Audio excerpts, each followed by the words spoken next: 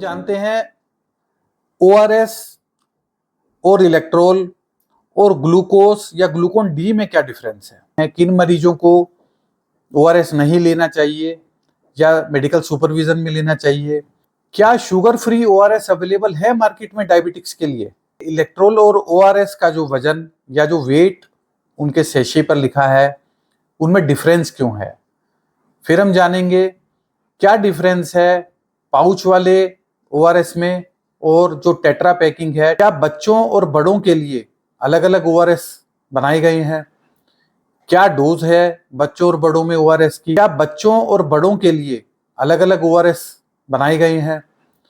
क्या कि हम सबसे पहले जानेंगे डिहाइड्रेशन क्या होता है, रीहाइड्रेशन क्या होता है और इलेक्ट्रोल और ओआरएस में क्या डिफरेंस है।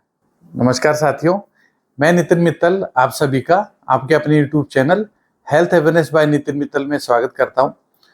साथियों, जब हमें दस्त लगते हैं, डायरिया होता है या पेचिश होती है तो हम कुछ सिम्टम्स एक्सपीरियंस करते हैं, जैसे पेट में दर्द होना जिसे हम क्रैम्प कहते हैं, body pain, body weakness, mild fever, nausea इत्यादि। ये सिम्टम्स हमें क्यों होते हैं?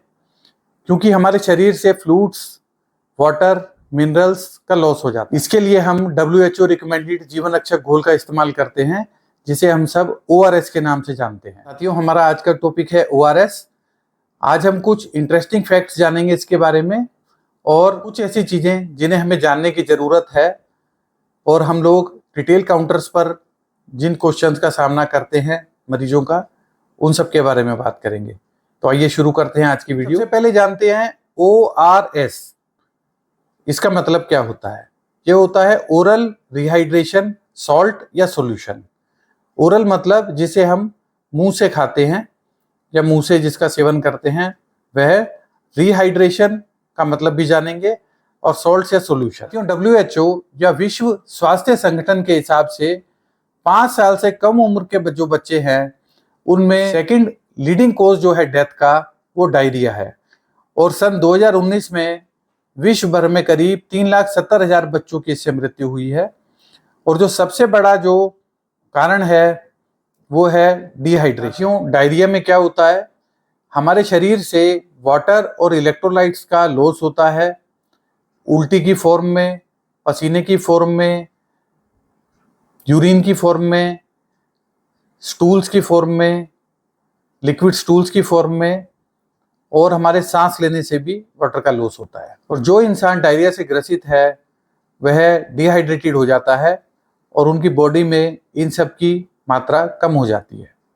इसके साथ ही डायरिया बहुत बड़ा कारण है मालन्यूट्रिशन होने का, जिससे कि इंसान आगे फ्यूचर में भी और डायरिया के एपिसोड्स एक्सपीरियंस करता है। विश्व स्वास्थ्य संगठन या WHO के हिसाब से ओरल रिहाइड्रेशन सॉल्यूशन या ORS एक मिश्रण है ग्लूकोज और इलेक्ट्रोलाइट्स का एक स्पेसिफिक रेशियो में या एक निर्धारित मात्रा में। यह इस तरह से डिजाइन किया गया है फॉर्मूला कि हमें जो शरीर में फ्लूइड्स और इलेक्ट्रोलाइट्स की जो जरूरत है, जिसका लॉस हुआ है हमारे शरीर से डायरिया, वोमिटिंग वगैरह की वजह से, वह दोबारा से पूरी की जा सके। साथियों, हम कुछ ऐसे सवालों की बात करेंगे जो कि हमारे डायरिया के दौरान हमारे दिमाग में आते हैं या हमारी फैमिली में या कोई जानकार हमारा ग्रसित होता है जब डायरिया से। वह सवाल कैसे हैं? सबसे पहले जानेंगे डिहाइड्रेशन क्या होता है, रीहाइड्रेशन क्या होता है और इलेक्ट्रोल और ORS में क्या डिफरेंस है। बहुत से लोगों को इसका कंफ्यूजन रहता है, इसके बारे में बात करेंगे। फिर हम जानेंगे इलेक्ट्रोल और ORS का जो वजन या जो वेट उनके सेशे पर लिखा है उनमें डिफरेंस क्यों है। फिर हम जानेंगे क्या डिफरेंस है पाउच वाले ORS में और जो टेट्रा पैकिंग है। टेट्रा पैकिंग हम कहते हैं जैसे कि जो जूसेस या आप फ्रूटी, माजा वगैरह का जो टेट्रो पैक पीते हैं या रियल जूस वगैरह का, उनकी जो पैकिंग्स होती हैं उसे टेट्रा पैक कहते हैं। इनमें क्या डिफरेंस है, इनके फॉर्मूला में क्या डिफरेंस है, क्या बच्चों और बड़ों के लिए अलग अलग ORS बनाए गए हैं, क्या डोज है बच्चों और बड़ों में ORS की, कौन कौन सी फॉर्म्स में मार्केट में यह अवेलेबल हैं, कौन कौन से पैक्स और फ्लेवर्स में अवेलेबल हैं, क्या शुगर फ्री ORS अवेलेबल है मार्केट में डायबिटिक्स के लिए। या जिन लोगों को शुगर है, कहाँ कहाँ पर यह इंडिकेट किए गए हैं या कॉन्ट्रा इंडिकेट किए गए हैं, किन मरीजों को ओआरएस नहीं लेना चाहिए या मेडिकल सुपरविजन में लेना चाहिए, कितने पानी में हम एक पाउच को मिलाएंगे, किस प्रकार के पानी में हमें ओआरएस बनाना चाहिए और ओआरएस की स्टोरेज कंडीशंस क्या हैं ओआरएस बनाने से पहले और ओआरएस का घोल बनाने के बाद उसकी स्टोरेज कंडीशंस जानेंगे। और घर पर ओआरएस क्यों देना चाहिए, और हम यह भी जानेंगे कि अगर किसी और टाइम पर, यानी कि जैसे कि रात्रि को या लेट नाइट, अगर हमारे घर पर ओआरएस अवेलेबल नहीं है तब हमें क्या करना। पहला सवाल है कि डिहाइड्रेशन और रिहाइड्रेशन क्या है, क्योंकि सारा वीडियो इसी पर डिपेंड है। डिहाइड्रेशन साथियों, विश्व स्वास्थ्य संगठन या WHO के हिसाब से वह कंडीशन है जिसमें किसी शरीर से फ्लूइड्स का लॉस फ्लूइड के इंटेक से ज़्यादा हो जाए तो उसे डिहाइड्रेशन कहेंगे। यानी कि जितने फ्लूइड्स हम ले रहे हैं उससे ज़्यादा फ्लूइड्स अगर हमारी बॉडी से लॉस होगा उनका, तो उसे डिहाइड्रेशन कहेंगे। इससे हमारे बॉडी के जो नॉर्मल फंक्शंस हैं वह ठीक से नहीं हो पाते। और नॉर्मली यह कब होता है, जब हमारे को डायरिया होगा या पेचिश होगी या दस्त लगेंगे, उल्टी लगेगी, हमारे शरीर में फ्लूइड का इंटेक प्रॉपर नहीं होगा, एक्सेसिव स्वेटिंग होगी जैसे कि स्पोर्ट्स पर्सन या जिम गोइंग को, और हैवी लेबर्स इत्यादि। अब हम जानते हैं रीहाइड्रेशन क्या होता है। जैसा कि हम जानते हैं री का मतलब होता है दोबारा। तो ऐसी प्रक्रिया जिसमें हम बॉडी को पानी और दूसरे सॉल्ट्स या फ्लूइड्स को दोबारा से बॉडी को देते हैं, उस प्रक्रिया को रीहाइड्रेशन कहते हैं। और नॉर्मली हम इसे ओरल रूट से देते हैं, यानी कि मुंह से देते हैं पेशेंट को। और जिन पेशेंट्स की कंडीशन मुंह से लेने की नहीं होती उन्हें आईवी ड्रिप्स भी लगती हैं, जैसे कि NS, DNS, डेक्सट्रोज इत्यादि। अगला और बहुत महत्वपूर्ण सवाल आता है जिसमें ज़्यादातर लोग जब हम रिटेल काउंटर्स पर होते हैं उसमें कंफ्यूज रहते हैं। वह पहले कहते हैं इलेक्ट्रोल दे दीजिए या ORS दे दीजिए, फिर जब उन्हें दोनों ऑप्शंस का पता चलता है तो वो कहते हैं इनमें फ़र्क क्या है। तो साथियों, हमारा सवाल है क्या डिफरेंस है इलेक्ट्रोल और ORS में।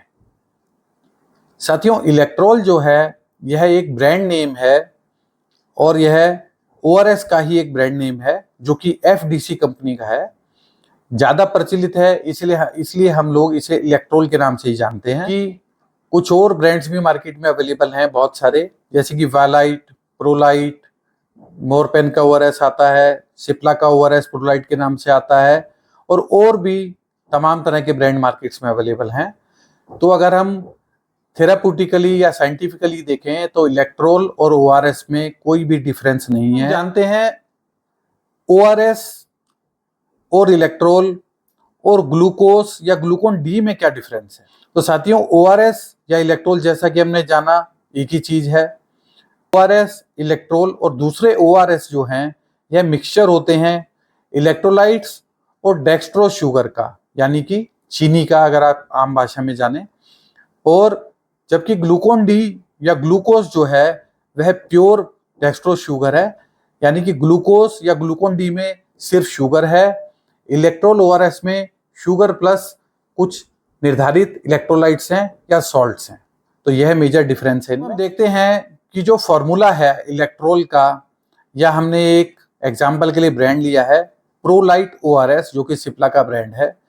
इन दोनों का सैशे अगर हम देखें तो उनमें क्या डिफरेंस है। साथियों, आपको यह जानकर हैरानी होगी कि इनमें कोई भी डिफरेंस नहीं है, क्योंकि दोनों ही WHO बेस्ड फॉर्मूला पर बनाए गए हैं और इनका फॉर्मूला आप स्क्रीन पर देख सकते हैं। दोनों में बराबर मात्रा में sodium chloride, potassium chloride, sodium citrate और डेक्सट्रोज एनहाइड्रस है। तो आप यह देख करके समझ सकते हैं कि इलेक्ट्रोल और ORS एक ही चीज है। इलेक्ट्रोल ब्रांड नेम है और ORS जनरल नेम है। हमारा अगला और बहुत महत्वपूर्ण सवाल जो हमारे दिमाग में आता है वह है कि इलेक्ट्रोल सेशे का अगर आप वजन जो उस पर लिखा है देखेंगे वो है 21.80 ग्राम और प्रोलाइट ORS का वजन है 21 ग्राम। तो आप कहेंगे कि इलेक्ट्रोल 0.8 ग्राम ज़्यादा दे रहा है या प्रोलाइट 0.8 ग्राम हमें कम दे रहा है, तो उसमें इलेक्ट्रोलाइट्स कम होंगे। तो दोनों में ऐसा डिफरेंस क्यों है, या क्या दोनों के इलेक्ट्रोलाइट्स में डिफरेंस है? तो साथियों, जैसा कि आप स्क्रीन पर देख सकते हैं, दोनों ही हमें सेम मात्रा में, समान मात्रा में इलेक्ट्रोलाइट्स प्रोवाइड करते हैं, जैसे कि सोडियम, पोटेशियम, क्लोराइड, सिट्रेट और डेक्सट्रोज। और दोनों की ही जो टोटल ओस्मोलैरिटी है वो 245 या 245 मिली ओस्मोलर पर लीटर है। यह एक यूनिट होती है, जैसे हम वजन को किलो में नापते हैं, डिस्टेंस को किलोमीटर में, इस प्रकार ही ओस्मोलैरिटी को मिली ओस्मोलर पर लीटर, यानी कि प्रति 1 लीटर में कितने हमें इलेक्ट्रोलाइट्स मिल रहे हैं, उसमें नापा जाता है। आप इसको ऐसे याद रखिए। और दोनों ही बराबर मात्रा में, वजन अलग होने के बावजूद सेम मात्रा में हमें इलेक्ट्रोलाइट्स प्रोवाइड करते हैं। साथियों, अब अगला सवाल आता है कि सैशे जो हैं पाउडर के, इलेक्ट्रोल है चाहे ओआरएस है कोई भी ब्रांड का, और उसको अगर आप टेट्रा से कंपेयर करें, या टेट्रा पैकिंग जो है जो फ्रूटी की तरह आती है, इन दोनों की क्या इलेक्ट्रोलाइट्स जो ये प्रोवाइड करते हैं उसमें कोई डिफरेंस है, और अगर है तो कितना है? क्यों आपको जानकर हैरानी होगी कि एक पाउच जितना हमें इलेक्ट्रोल प्रोवाइड करता है किसी भी ब्रांड का, उतने ही इलेक्ट्रोलाइट्स हमें एक टेट्रा की जो पैक है उसमें मिलते हैं। यानी कि दोनों में बराबर मात्रा में इलेक्ट्रोलाइट्स मिलते हैं। यानी कि हम यह कह सकते हैं कि अगर इलेक्ट्रोलाइट्स की मात्रा देखें तो एक पाउच एक टेट्रा पैक के बराबर है। हम जानते हैं कि क्या WHO या यूनिसेफ जो हैं, जो ORS का फॉर्मूला रिकमेंड हमें करते हैं, क्या भारतीय रिकमेंडेशन उससे अलग है? नहीं साथियों, भारत भी सेम फॉर्मूला रिकमेंड करता है। WHO या यूनिसेफ ने जो हमें रिकमेंड किया है ओरल रिहाइड्रेशन थेरेपी का। और कुछ कमर्शियली अवेलेबल जो ORS प्रोडक्ट्स हैं इंडिया में, वो थोड़े बहुत फॉर्मूले से WHO को डेविएट करते हैं, पर्टिकुलरली इन टर्म्स ऑफ जो उन्होंने फ्लेवर्स ऐड किए हैं या हायर शुगर कंटेंट ऐड किया है, जो कि खतरनाक सिद्ध हो सकता है।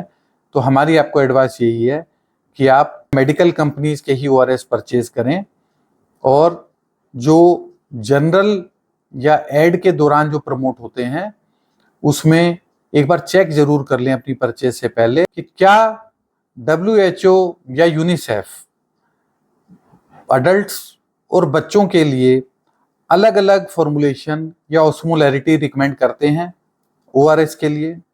इसका जवाब है नहीं, सेम ऑस्मोलैरिटी या फॉर्मुलेशन रिकमेंड करते हैं। उनमें जो डिफरेंस आता है वह ORS की डोज में आता है, जिस पर आप ध्यान दीजिएगा जब हम आगे बात करें। हम जानते हैं ORS की डोज क्या है अडल्ट्स में और किड्स में।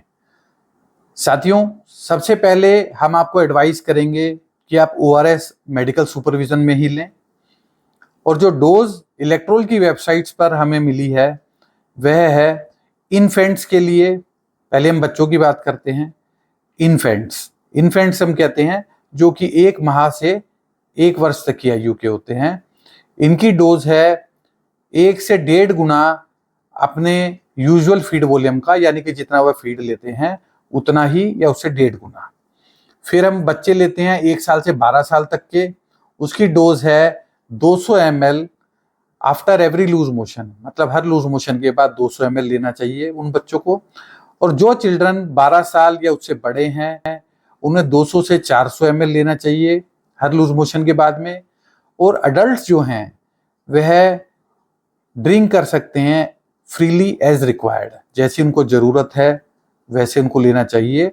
लेकिन इसका मतलब यह नहीं है कि आप बिल्कुल ना लें। आप ORS जितना लेंगे आपकी बॉडी उतनी जल्दी खड़ी होगी। क्या प्रेगनेंसी और लैक्टेशन में कुछ डोजेज एडजस्टमेंट्स की जरूरत है?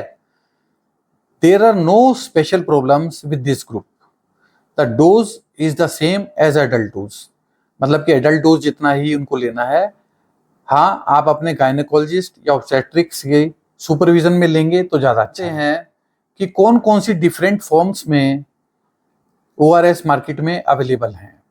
साथियों, ORS मार्केट में सैशे, टेट्रा पैक, एफरविसेंट टैबलेट हम कहते हैं, जैसे कि कुछ ब्रांड्स हैं मार्केट में जैसे कि फास्ट एंड अप, इनमें अवेलेबल हैं।